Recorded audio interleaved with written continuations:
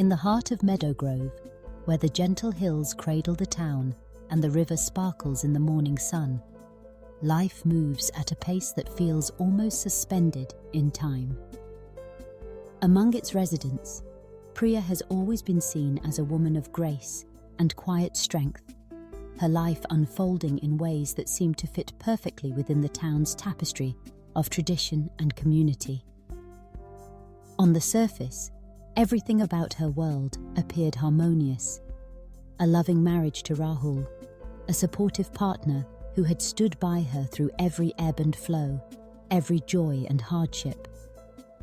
Their union was celebrated not only for its stability, but for the genuine respect and care that wove them together. Yet, beneath the surface, Priya carried a silent yearning, a question that echoed softly in the corners of her mind. A question about who she truly was, apart from the roles she fulfilled. For years, she did everything expected of her. She was the dutiful daughter, the devoted wife, the caring friend. She found contentment in these roles, drawing strength from the familiar rhythms of her days. But as the years unfolded and she moved closer to her 40th birthday, a subtle restlessness began to stir within her. It was as if a door she had never noticed before was beginning to open, and a gentle breeze was calling her to step through. This inner awakening coincided with her chance meeting with Ananya at the local art gallery. Through their conversations, Priya felt an unfamiliar sense of ease, a freedom to express herself, to explore her thoughts and feelings without judgment. With Ananya, she felt seen in a way she had never experienced before. Their connection was immediate, electric, yet deeply comforting.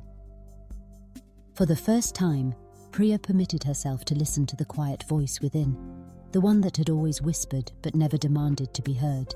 As their friendship deepened, Priya's emotions grew more complicated. She found herself drawn to Ananya in ways she had never anticipated.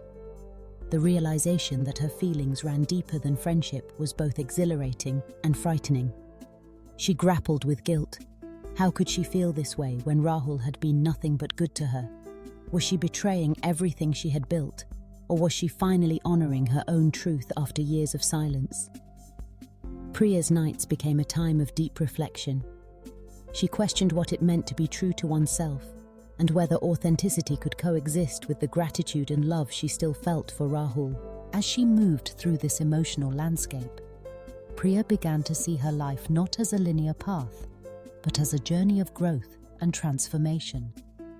She understood that change was not a betrayal of her past, but a natural evolution. The person she was at 20 was not the same as the woman she was becoming at 40. Her needs, her desires, her sense of self, these had all shifted, as if each decade had peeled back another layer, revealing something truer and more essential beneath. Priya's journey mirrors the universal experience of reaching middle age, a point where society suggests we should have arrived, achieved, settled.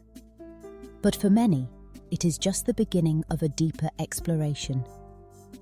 The first half of life, as so many realize, is often lived outwardly, fulfilling expectations, building careers, raising families, becoming what others need us to be. We act out roles, reciting lines from scripts we never wrote. Only later, when the applause quiets and the stage lights dim, do we hear the faint voice of our own soul, asking quietly, "But who are you really?" This is the age where questions return with new urgency. Is this the life I chose, or the life that was chosen for me? What dreams have I set aside, and which ones still call to me from the depths of my heart? For Priya, these questions became the catalyst for transformation. She learned that listening to her own truth was not an act of selfishness, but of self-realization.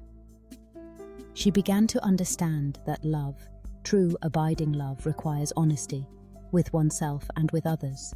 The teachings of spiritual guides like Paramahansa Yogananda became a source of comfort and guidance. He spoke of the soul's captivity in the illusions of the world and the liberation that comes from listening to the inner voice. Priya found solace in this wisdom, recognizing that her journey inward was not a retreat from life, but an embrace of its deeper dimensions. She discovered that the peace she sought was not in approval or achievement, but in the quiet acceptance of her own being. With each passing day, Priya became more attuned to the subtle shifts within her. She noticed the beauty in small moments, the softness of morning light, the stillness of meditation, the warmth of Ananya's smile. She learned to appreciate solitude, to find companionship in her own company. The restlessness that once troubled her became a source of creativity and renewal. She began to see her relationships through a different lens, recognizing which connections nourished her soul and which had simply filled a role. Priya's evolving relationship with Rahul became a testament to the power of honest communication. She found the courage to share her feelings, to trust that love could hold space for change. Though the conversation was difficult, it was also healing. Together, they navigated the uncertainty, honoring the years they had shared while giving each other the freedom to grow. In embracing her truth, Priya became a beacon for others. Her journey inspired those around her to question their own assumptions, to consider the possibility that life could be richer, fuller, more authentic. She discovered that the greatest gift we can give ourselves is the permission to be who we truly are, to live not for the expectations of others, but for the quiet, persistent call of our own soul. As Priya stepped fully into this new chapter, she realized that real life begins when we stop performing and start being. When we surrender to what is, letting go of pretense and fear, we discover a wellspring of peace and joy that cannot be shaken by the changing tides of the world.